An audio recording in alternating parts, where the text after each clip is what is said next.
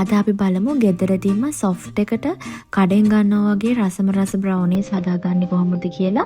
Butter gram 115ක්, chocolate gram 200ක් ඔයාලා මේ විදිහට භාජනයකට එකතු කරගන්න.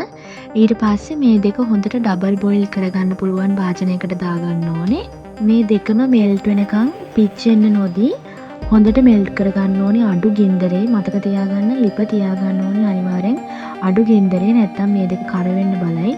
මම සාමාන්‍යයෙන් ඩබල් බොයිල් කරන්න පෑන් එකක් තියලා ඒකට වතුර ටිකක් දාලා ඊට පස්සේ අපේ භාජනයේ තියාගෙන ඒක ලිපේ රත් කරගන්න එක. ඉතින් ඩබල් බොයිල් කරගන්න විවිධ ක්‍රම තියෙනවා. ඉතින් ඔයාලට ඕන ක්‍රමයකට මේක ඩබල් බොයිල් කරගන්න පුළුවන්. ඊට පස්සේ බිත්තර 3ක් මම මේ විදිහට භාජනයට එකතු කරගන්නවා වෙන භාජනයකට. ඊට පස්සේ සීනි ග්‍රෑම් 200ක් එකතු කරගන්න ඕනේ මේකටම. මම එකතු කරගන්නේ රතු සීනි වලින් ග්‍රෑම් 200ක්. ඔයාලට මේක සුදු සීනි වලින් ග්‍රෑම් 100ක් සහ රතු සීනි වලින් ග්‍රෑම් 100ක් විතර එකතු කරගන්න පුළුවන්.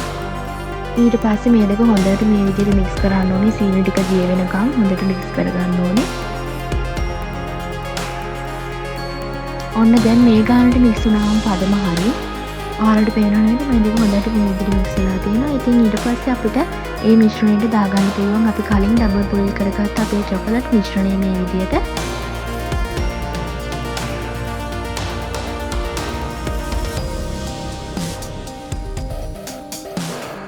ඔන්න දැන් ඊට පස්සේ මේ විදිහට හොඳට ඔක්කොම ටික කලවම් කරගන්න තියෙන මේ විදිහට. මම මේකට ගත්තේ කුකින් චොකලට් ග්‍රෑම් 200ක්. ඉතින් ඔයාලට චොකලට් චිප්ස් ග්‍රෑම් 200ක් උනත් මේකට එකතු කරගන්න පුළුවන්.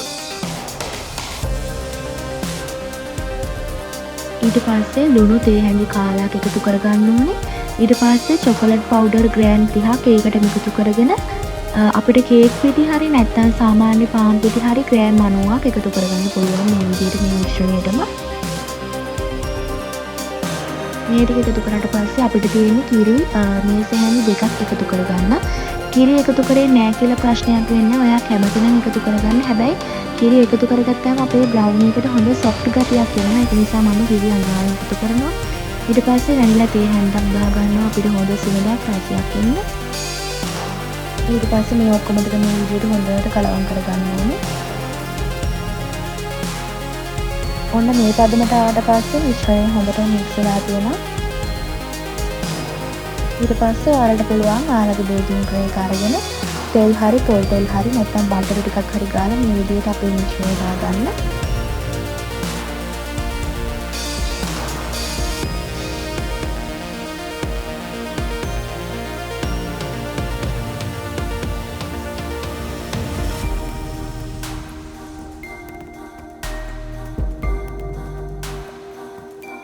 මම මෙතනදී උඩින් චොකලට් චිප්ස් ටිකක් එකතු කරගන්නවා තවත් රස වෙන්න. ඒ වගේම තවත් ලස්සන එකතු වෙන නිසා. ඉතින් ඔයාලට කැමති නම් එකතු කරගන්න පුළුවන්. නැත්නම් චොකලට් චිප්ස් එකතු කරගන්න අත්‍යවශ්‍ය නැහැ. ඊළඟට මේක සෙල්සියස් අංශක 175ට විනාඩි 25ක් බේක් කරන්න ඕනේ. ඉතින් ඔයාලත් මේ විදිහට බ්‍රවුනීස් හදලා බලන්න. අනිවාර්යයෙන්ම රසට එනවා මේ විදිහට හැදුවාම. එහෙනම් ගිහින් එන්නම් ඊළඟ වීඩියෝ එකකින් එනකන් පරිස්සමින් ඉන්න.